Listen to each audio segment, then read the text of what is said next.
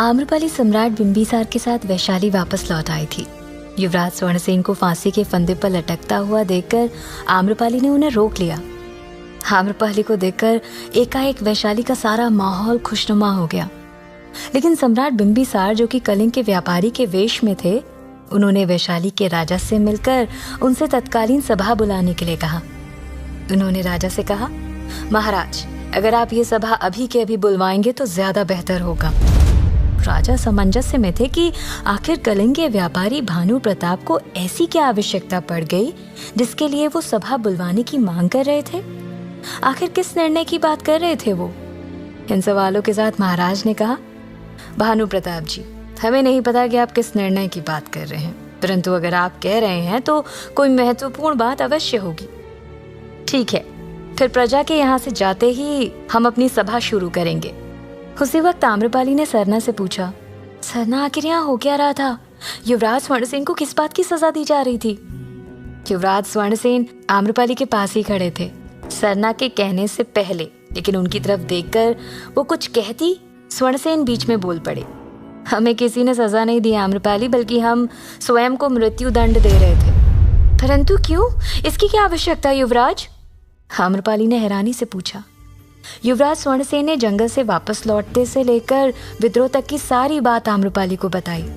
आम्रपाली को जब पता चला कि उसकी मौत की खबर सुनकर पूरी वैशाली इस तरह का विद्रोह कर रही थी कि एक दूसरे की जान लेने तक उतर आई और युवराज स्वर्णसेन के लिए मृत्युदंड की मांग कर रही थी, तो उसके तो होश ही उड़ गए। वो नाराज होते हुए वहां खड़ी भीड़ से कहती है कि आप लोग क्या कर रहे थे? बिना सच जाने आप लोग युवराज स्वर्णसेन को दोषी कैसे ठहरा सकते हैं? आप लोगों को पता भी है, उन्होंने हमारे प्राण बचाने के लिए स्वयं संकट मोल ले लिया था और आप लोग उन्हें ही मृत्युदंड देने की बात कर रहे हैं। भीड़ में से किसी व्यक्ति ने कहा, लेकिन हमें तो बताया गया था कि इन्होंने आपको मार दिया। आम्रपाली गुस्से में थी। उसने कहा, कोई कुछ भी कहेगा और आप लोग मान लेंगे। हम जंगल में फंस गए थे, लेकिन उसमें युवराज स्वर्णसेन की कोई गलती नहीं थी, बल्कि वो हमारी मदद करना चाहते थे। हमें यकीन नहीं होता आप लोग बिना सत्य जाने किसी निर्दोष को मृत्युदंड देने की मांग कर कैसे सकते हैं। सारी भीड़ अब शांत थी, सबकी नजरें नीचे झुकी हुई थीं। उनमें से एक पुरुष ने कहा, हमें क्षमा कर दीजिए देवी आम्रपाली। आम्रपाली ने कहा, क्षमा हमसे नहीं, युवराज स्वर्णसेन से मांगिए। वह आप लोगों की शांति के लिए स्वयं सूली पर चढ़ने के लिए तैयार हो गए। सबने युवराज स्वर्णसेन से माफी मांगते हुए कहा, हमें क्षमा कर दीजिए युवराज, अनजाने में हम लोगों से बहुत बड़ी गलती हो गई। युवराज ने बड़ी ही विनम्रता के साथ जवाब दिया, इसमें आप लोगों की कोई गलती नहीं है। आप लोगों को जानबूझकर भड़काने की कोशिश की गई थी ताकि वैशाली में अशांति की स्थिति उत्पन्न हो सके और शत्रु राज्य इसका फायदा उठा सके। ये सुनकर भीड़ में लोग आपस में बात करने लगे। चारों तरफ एक हलचल सी मच गई। युवराज स्वर्णसेन बात आगे बढ़ाते हुए कहते हैं, और कल रात जो भी कुछ हुआ आप लोगों के साथ, वो वैशाली के सैनिक ने नहीं किया था। वो बहरूपिये थे जिन्हें यहाँ अशांति फैलाने के लिए वैशाली के सैनिकों के वेश में भेजा गया था। ये एक सोची समझी साजिश थी जो बहुत जल्द ही सफल भी हो जाती। युवराज स्वर्णसेन उन लोगों की मूर्खता के बावजूद भी वैशाली में शांति लाने के लिए अपने प्राण त्यागने के लिए तैयार थे। सत्य जाने के बाद हर कोई युवराज स्वर्णसेन की जय जयकार करने लगा। सारी प्रजा के वापस अपने घर लौट जाने के बाद राजा आम्रपाली के पास वापस आए और कहते हैं, धन्यवाद आम्रपाली, वक्त पर आकर तुमने हमारे पुत्र को बचा लिया। एक बार फिर तुमने अपनी महानता की मिसाल प्रस्तुत कर दी। हम आपके बहुत बहुत आभारी हैं। आम्रपाली ने बात को ज्यादा आगे नहीं बढ़ाया। उसने कहा, महाराज, हमें आपकी सहायता चाहिए। कैसी सहायता देवी आम्रपाली? बताइए हमें, हम उसे अवश्य पूरा करने की कोशिश करेंगे। महाराज ने उत्सुकता के साथ कहा। आम्रपाली ने सोम की तरफ इशारा किया जो कि अंतेना के घोड़े पर अब तक बेसुध पड़ा था, और कहा, महाराज, इन्होंने जंगल में हमारे प्राण बचाए थे, परंतु आज इनके प्राण संकट में हैं और इसकी वजह से हम यहाँ पर जीवित खड़े हैं। हम चाहते हैं कि आपके राज्यवैद्य इनका इलाज करें। महाराज ने तुरंत अपने सैनिकों से सोम को राज्यवैद्य के पास ले जाने के लिए कहा और आम्रपाली से कहा, देवी, आपको भी आराम की आवश्यकता है, आप अभी आराम कीजिए। इतना कहकर महाराज ने आम्रपाली को भी सरना के साथ भेज दिया। इसके बाद उन्होंने सभी को सभा में बुलवाया। सम्राट बिंबिसार और अंतेनाग भी सभा में उपस्थित थे। राजा ने सम्राट बिंबिसार से कहा, कहिए भानु प्रताप जी, आपने अचानक से इस सभा को क्यों बुलवाया है? तो सम्राट बिंबिसार अपने स्थान से उठे और पूरी सभा को संबोधित करते हुए कहते हैं, आज से कुछ दिन पूर्व हम इस सभा में उपस्थित हुए थे और तब महाराज ने वचन दिया था, यदि आम्रपाली पर दोबारा कोई संकट आया तो वो उन्हें नगरवधु के पद से मुक्त कर देंगे। महाराज, क्या आपको अपना वचन याद है? सम्राट बिंबिसार की बातों से महाराज समझ गए कि आखिर उन्होंने ये सभा क्यों बुलवाई है। उन्होंने ऊंचे स्वर में कहा, हाँ, हमें याद है। तभी सम्राट बिंबिसार ने आगे कहा, तो फिर महाराज, आपका निर्णय लेने का वक्त आ चुका है। एक बार फिर आम्रपाली संकट में थी और इसकी वजह भी सिर्फ आप ही हैं। सम्राट बिंबिसार सीधे सीधे महाराज पर आरोप लगा रहे थे। ये देख सेनापति जी ने तुरंत कहा, भानु प्रताप जी, आप कलिंग देश के व्यापारी हैं, इसलिए आपका हम सम्मान करते हैं, परंतु उसका मतलब ये कदापि नहीं कि आप महाराज पर आरोप लगाएं। सम्राट बिंबिसार हल्का सा मुस्कुराए और कहते हैं, अवश्य हम उन पर आरोप नहीं लगाते, परंतु यदि उन्होंने आम्रपाली को आखेट पर भेजने से पहले उन्हें संपूर्ण सुरक्षा प्रदान की होती तो वो संकट में नहीं पड़ती। यह आपकी सुरक्षा व्यवस्था के अभाव का ही परिणाम था जो वो जंगल में फंस गई। महाराज ने इसका उत्तर देते हुए कहा, भानु प्रताप जी, आपका कहना उचित है, परंतु आप एक बात भूल रहे हैं कि उस वन में छोटे मोटे जानवर ही पाए जाते हैं। किसी को भी इस बात की उम्मीद नहीं थी कि वहां पर कोई शेर आ जाएगा। तभी अंतेनाग ने कहा, महाराज, वजह चाहे जो भी हो, लेकिन अब ये स्पष्ट है कि देवी आम्रपाली एक बार फिर असुरक्षित थी। हम आप सबको बता देना चाहते हैं कि यदि हम वक्त पर उन्हें नहीं ढूंढते तो वो सच में आज आप सबके समक्ष जीवित नहीं होती। महाराज ने आभार व्यक्त करते हुए कहा, आपने देवी आम्रपाली की सहायता की, इसके लिए हम आप दोनों के लिए बहुत बहुत आभारी हैं, परंतु आप ये नहीं कह सकते कि देवी आम्रपाली राजमहल की वजह से जंगल में फंसी थी। इस पर अंतेनाग ने जोर देते हुए कहा, महाराज, आपने तो बिना देवी आम्रपाली को ढूंढे उन्हें मृत घोषित कर दिया था। आप तो उनका अंतिम संस्कार करने जा रहे थे। फिर आप कैसे कह सकते हैं कि ये सब कुछ राजमहल की वजह से? हमारा तात्पर्य आपकी वजह से नहीं था। आपको याद दिला दें कि देवी आम्रपाली स्वयं आखेट पर नहीं गई थी, बल्कि आपके पुत्र युवराज स्वर्णसेन उन्हें लेकर गए थे। काफी देर तक इसी बात पर तर्क वितर्क करने के बाद महाराज ने अंत में निर्णय लेते हुए कहा, देवी आम्रपाली को नगरवधु पद से मुक्त करना है या नहीं, इसका निर्णय अब देवी आम्रपाली पर छोड़ा जाता है। ये सुनते ही सम्राट बिंबिसार ने कहा, आम्रपाली को नगरवधु पद पर आपने रखा था और उन्हें इस पद से मुक्त भी आप ही करेंगे, तो फिर इसमें आम्रपाली का निर्णय इतना महत्वपूर्ण क्यों?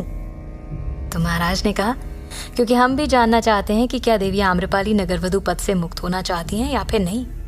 यदि उन्होंने कह दिया कि उन्हें इस पद से मुक्त होना है तो हम बिना क्षण गंवाए उन्हें नगरवधु के पद से मुक्त कर देंगे। ये सुन सम्राट बिंबिसार मुस्कुराए और कहते हैं, महाराज, आप बेवजह ही अपना समय व्यर्थ कर रहे हैं। आप भी जानते हैं कि देवी आम्रपाली का निर्णय क्या होगा, इसलिए बेहतर यही होगा कि आप अभी अपना निर्णय सुना दें। सम्राट बिंबिसार को पूरा भरोसा था कि आम्रपाली नगरवधु के पद से मुक्त होना चाहती है, इसलिए वो निश्चिंत थे।